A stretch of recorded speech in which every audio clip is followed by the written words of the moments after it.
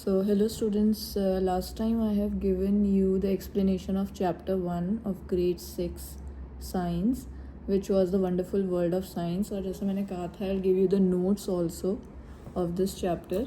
So these are the notes, क्योंकि पहला chapter आपका इसी बारे में है कि it is an introduction to the NCERT, to the new book, and what all you can expect from this book and what all you should do to become more scientific and more having scientific aptitude, scientific attitude, and also having hands-on experiments, learning by doing and not just memorizing things.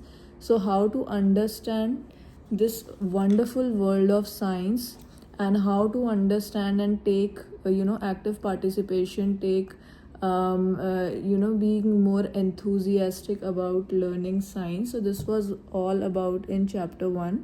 So the first point is in the wonderful world of science, the chapter 1, the first point, the first note that you all must write in your notebook, take a notebook and a pen, that understand beautiful world of science. So the first point is कि आपको understand करना है this beautiful world of science, and it is very vast. Okay, there are galaxies, universe, जैसे हमने पिछले lesson में पढ़ा है.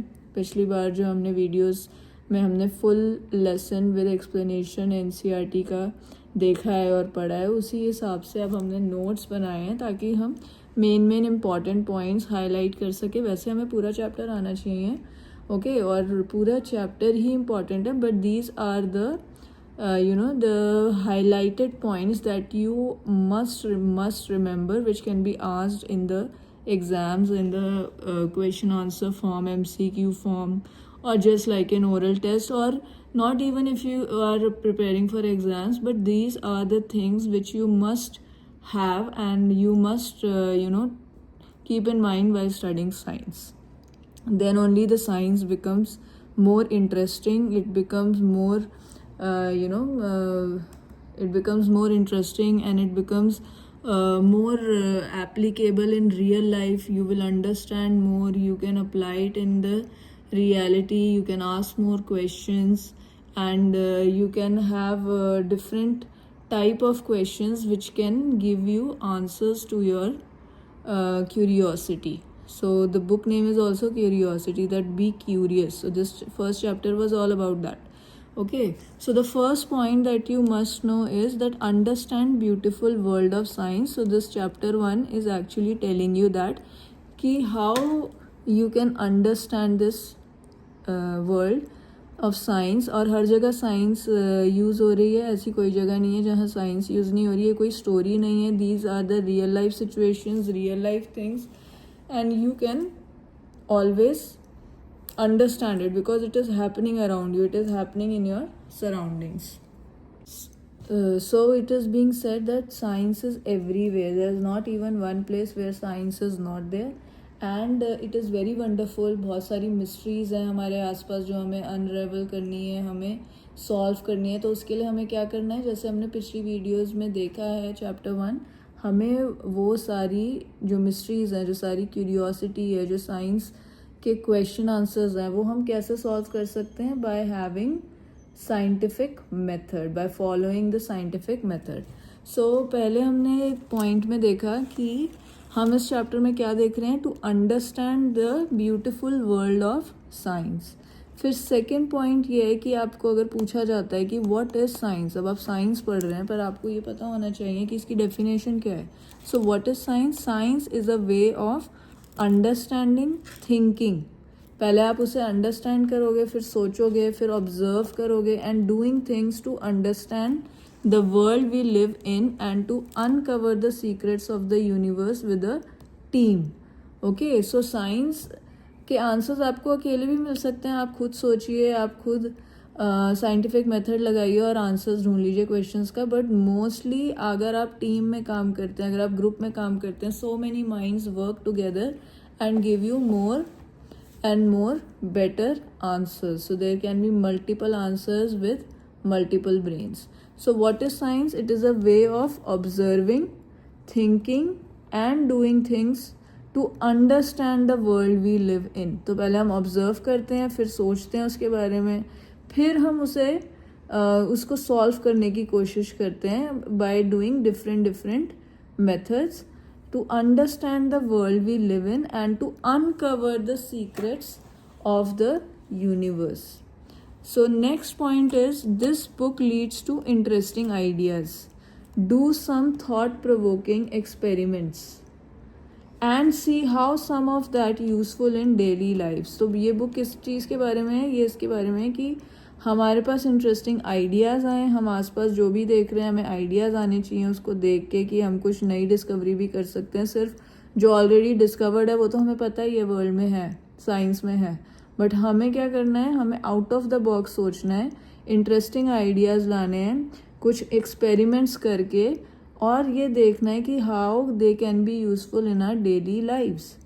Okay, so science is about following step to step process. So हमें एक साइंटिफिक मेथड फॉलो करना पड़ेगा इसके लिए। अगर हमारे अंदर साइंटिफिक एप्टीट्यूड है तो हमें साइंटिफिक मेथड फॉलो करना पड़ेगा to solve the problem and to get the answers to our questions in science. So first step क्या है, हमें ऑब्जर्व करना है। नेक्स्ट हमें क्या करना है, हमें वंडर करना है, सोचना है, थिंक करना है, ठीक है, ऑफ अ क्वेश्चन, कि भाई ये क्वेश्चन क्या है, या हम क्या क्वेश्चन इससे रेज आउट कर सकते हैं किसी भी सिचुएशन से। सो ऑब्जर्व करिए, think of a question, guess a possible answer, अपने आप आंसर्स को गेस करिए कि there can be so many possible answers to it, या फिर आप अपने फ्रेंड्स से, फैमिली, टीचर्स की हेल्प ले सकते हैं to find out possible answers to your question. और फिर हम उसे क्या करेंगे, टेस्ट थ्रू एक्सपेरिमेंट्स, क्योंकि हमें कैसे पता चलेगा वो आंसर ठीक है गलत, हम कोई अजम्पशंस तो बना नहीं सकते, हेंस प्रूव्ड तो करना पड़ेगा, है ना। तो हमें उसके लिए क्या करना है, हमें टेस्ट करना है, एक्सपेरिमेंट्स करने हैं, और मोर ऑब्जर्वेशंस, ठीक है, टेस्ट थ्रू एक्सपेरिमेंट्स। अगर वो एक्सपेरिमेंट्स से हो सकता है under the guidance of some adult, नहीं तो हमें क्या करना है, उसे और ज़्यादा ऑब्जर्व करना है उस क्वेश्चन को, ताकि हम उसका सल्यूशंस ढूंढ सके। फिर क्या करना है, एक बार हमें सोल्यूशन मिल गया, अब ज़रूरी नहीं है कि वो सही हो सकता है वो गलत भी हो। So analyze the results if it actually answer our questions. तो हम अभी हमें क्या करना है, उसे एनालाइज करना है कि ये जो रिजल्ट हमें मिला है वो ठीक है या नहीं। तो आप क्या कर सकते हैं, ये फ्लो चार्ट बना सकते हैं। Okay, so first is observe, second is wonder, third is think of a question. So wonder और थिंक एक साथ ही जाते हैं वैसे, observe, wonder and think of a question. Then what will you do, guess a possible answer. फिर हमने क्या करना है, टेस्ट करना है through experiments or more observations and analyze the results if it actually answers our questions. जो भी हमारा क्वेश्चन था क्या वो उसको सेटिस्फाई कर रहा है, जो भी हमने टेस्ट किया या नहीं, ये हमें एनालाइज करना है। And once we have analysed it, so that is problem solved. Okay, that is very good. जो भी हमारी प्रॉब्लम थी वो हमने सॉल्व कर ली। तो अगर हम ये साइंटिफिक मेथड फॉलो करेंगे, पूरे बुक में बड़े सारे चैप्टर्स आएंगे, उसमें बड़ी सारी प्रॉब्लम्स आएंगी, क्वेश्चंस आएंगी, हमें यही सारे स्टेप्स फॉलो करने हैं जो आपको फर्स्ट चैप्टर में दिए गए हैं to get answers to your questions. There no need to memorise, there is no need to rote learning, always you have to think, provoke your mental ability to think more of the answers to a question and then apply it in the test experiments and then you will get the answer. So scientists क्या करते हैं, scientist, next point है scientist follow scientific method. So यही सारे method scientist भी follow करते हैं, ISRO, NASA, they follow the scientific methods to solve problems और to discover new things. So नई चीज़ें कैसे डिस्कवर की जाती है, प्रॉब्लम्स कैसे सॉल्व की जाती है, वो कैसे डिस्कवर कर लेते हैं कि भाई प्लूटो इज़ अ प्लैनेट और नॉट, ठीक है, कि स्टार्स की अपनी लाइट नहीं होती है, takes the light of the sun. So ये सब चीज़ें भी इन्हीं साइंटिफिक मेथड से, जो फ्लो चार्ट है, इसी को ही फॉलो करके उन्होंने भी कंक्लूजन्स निकाले हैं, आंसर्स निकाले हैं to very big and very important and very simple questions. Okay, this is how scientists work and this is how scientific mind work for every individual, because we all are humans, we all are curious in nature and we must follow these steps to get more answers, to unravel more mysteries of the world of science. Next point is science helps in finding solutions to bigger problems. So हम अगर छोटी problem solve कर लेंगे तो क्या होगा, life में बड़ी प्रॉब्लम्स भी आएगी, साइंस की बड़ी प्रॉब्लम्स भी आएगी, तो हम उसे भी इजीली सॉल्व कर पाएंगे. Okay, and solving more mysteries of the universe, right. So you can do scrapbook activity of fallen leaves, flowers, okay. And table 2.1, I have told you that we will discuss it. So all of you write down in the comment section what all answers you have written for all the tables that were there in this chapter. What all answers you have written to different, there were questions in between the chapter. You must have written something. So write in comment section below and I will discuss it with you, or I will answer you in the comment section. Right, students? So there were, in between boxes, or there is activity, right?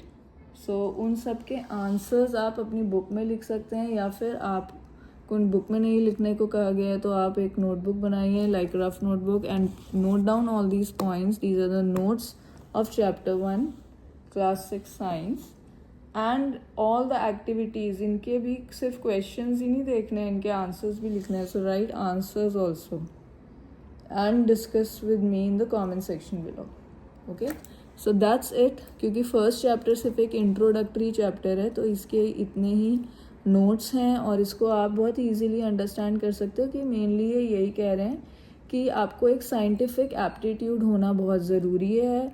आपको observe करना है, सोचना है, फिर अपने taste experiments या फिर और ऑब्जर्वेशन करनी है to get the answers to your questions. But always children, remember, you should have questions in your mind while you're studying science. How, why, where, when, who, all these questions. if you are curious, यही chapter यही चीज़ें बता रहा है first chapter, कि आपको आपके आसपास इतना बड़ा वर्ल्ड है साइंस का, और इतनी चीज़ें हैं जो अभी भी अनरेवल होनी रह गई हैं. तो अगर आपको उन्हें सॉल्व करना है तो आपको साइंटिफिक एप्टीट्यूड रखना पड़ेगा, क्यूरियस होना पड़ेगा, तभी आप एक ट्रू साइंटिस्ट भी बन पाएंगे इन फ्यूचर, और बड़ी प्रॉब्लम्स को, छोटी प्रॉब्लम्स को सॉल्व कर पाएंगे. Okay, so this was chapter 1 notes, and see you in the next video. Bye children.